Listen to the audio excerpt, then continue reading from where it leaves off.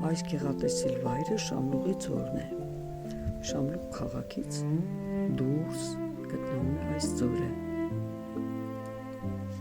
Տեսնում եք ինչքան գեղեցիկ է բարձունքից, շատ սիրուն երևում է։ Շրջապատված բարձրադիր անտառներով, ավելի բարձր կան մարգագետիններ։ Շամլուղը գտնվում է Ալավերդից մոտավորապես 10-20 կիլոմետր հեռավորության վրա, բարձրությունը 1200 մետր է ծովի մակարդակից։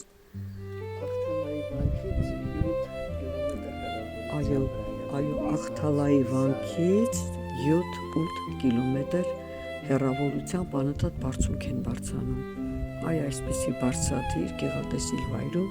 գտնվում է այս հինավուրց գյուղը, որը գոյություն է ունեցել դեռևս միջնադարից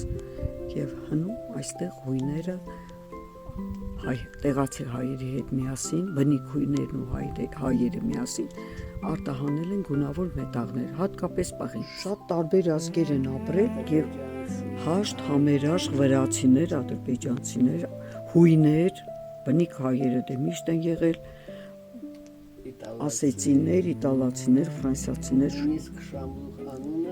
Ֆրանսիական անուն է, այո, դժվար ճանապարհ է նշանակում, ինչպես տեսնում ենք, ձորից է բարձրանում, այդ ձորից ավելի խորքից, ձորից ներքև էլի ձոր է իջնում,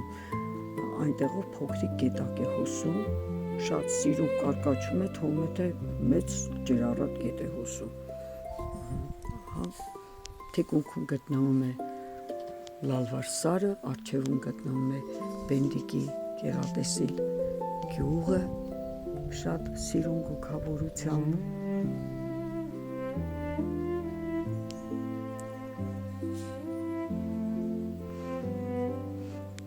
Հույների գունավոր մետաղներն արտահանելուց հետո ինչ որ ոսկերիչներ արծաթագործներ սկսել են զարդեր պատրաստել։ Պատմում են տեղացիները, որ այդ զարդերը նույնիսկ ասել են տարբեր ազգերի, տարբեր երկրների թագավորներին նվեր են ուղարկվել եւ նրանք սիրով կրել են մեծ հաճույք ստանալով, փառաբանելով որպես բարձր որակի ոսկերիչներ ու արծաթագործներ։ Հայոց թագավորներն են կրել այս երկրի մետաղից պատրաստված զարդերը։ Ավելի ուշ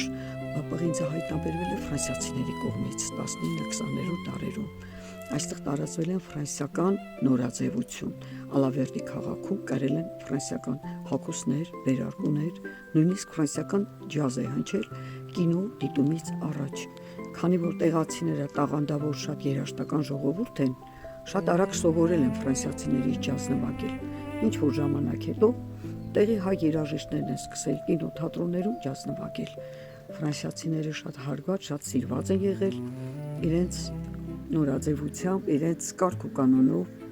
իրենց գեղեցիկ նիստուկացով։